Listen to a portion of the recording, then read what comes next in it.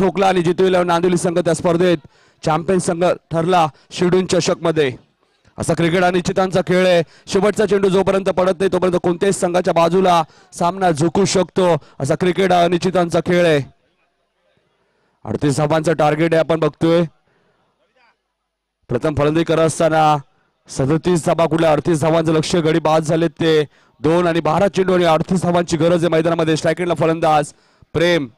प्रेक्षकांनी थोडं मैदानाच्या मागे बोलायचे, सामना लगेच सुरू करायचा आहे। गोलंदाज गेम ऑन, सामना सुरू होते। गोलंदाज केतन म्हात्रे।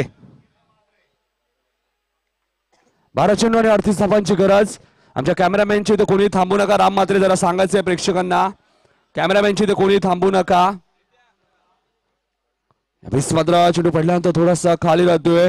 डॉट चेंडूची समाप्ती होती। एक चांगला गोलंदाज बनवते ज्याने मागच्या या वर्षाचा विचार केला तर वेगळी छाप सोडली या टेनिस क्रिकेटमध्ये। असा गोलंदाज केतन म्हात्रे। एकाच सीझन मध्ये 2 बाईक आपल्या नावावरती कोरल्या या खेळाडूने। यावेळेस मात्र मोठा फटका, मिसटायमिंग स्ट्रोक आहे। अविनाश भोईर झेल खाली आणि पहिला झटका भरोडी संघाला 0 या धावसंख्येवरती। नक्कीच पुन्हा एकदा आम्ही आभार मानतो आमचे डीजे मास्टर, त्यांचे आमचे मंडप डेकोरेशनचे राजा जाधव, त्यानंतर आमची जीटीसी ज्यांनी 4 दिवस ही स्पर्धा कव्हर केली आणि प्रेक्षकांनी घर बसल्या या स्पर्धा एन्जॉय केली।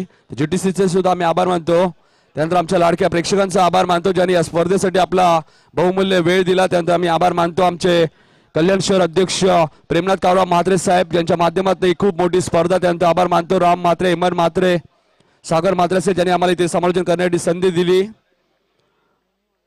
नक्कीच आणि ओमकार शेटे यांनी नक्कीच मला सांगितलं की 28-29 तारखेला तुला यायचे समालोचन, तर ओमकारचे मी आभार मानतो।